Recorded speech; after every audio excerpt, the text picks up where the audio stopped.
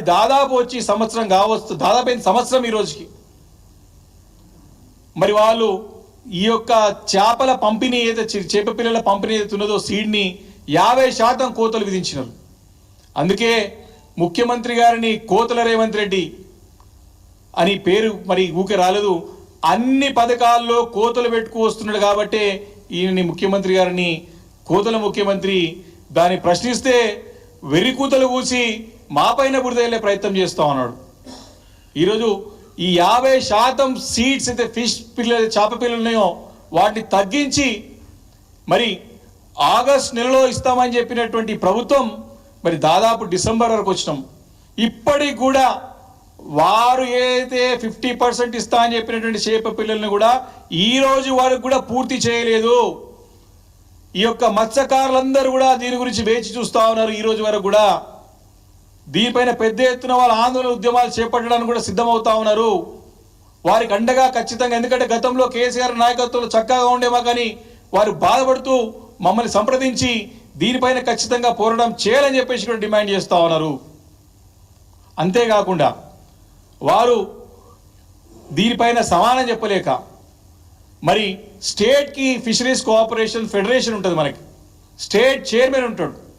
దీని అందరూ కూడా 33 జిల్లాల్లో ఉన్నటువంటి ఈ సహకార సంఘాలు ఏవైతే మత్స్య పారిశ్రామిక సహకార సంఘాలు జిల్లాల వారికి ఏవైతే ఉంటాయో ఈ ఫెడరేషన్స్ అంతా డిస్ట్రిక్ట్ ఫెడరేషన్స్ అంతా కూడా 33 జిల్లాల అధ్యక్షుల నుంచి ఒక అధ్యక్షుడు ఎన్నుకొని స్టేట్ ఫెడరేషన్కి చైర్మన్ ఉంటారు.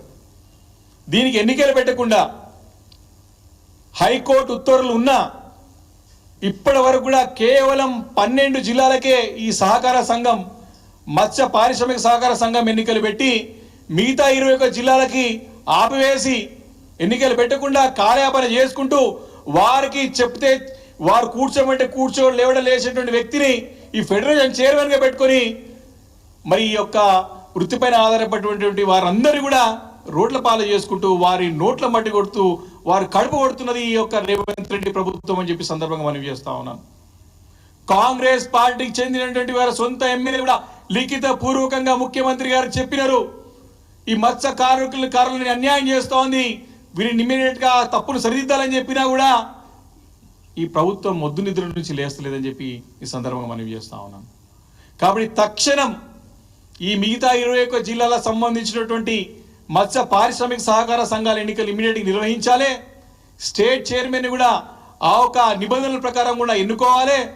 తద్వారా ఏవైతే గతంలో బీఆర్ఎస్ ప్రభుత్వం కేసీఆర్ గారి నాయకత్వంలో మత్స్య సంపదని ప్రోత్సహించి మత్స్యకారులను ప్రోత్సహించి సంపద పెంచడానికి సంపద సృష్టించడానికి ఇచ్చినటువంటి చర్యలన్నింటి కూడా వాటన్నింటిలో కొనసాగించాలని చెప్పేసి కూడా బీఆర్ఎస్ పార్టీ డిమాండ్ చేస్తూ ఉంది.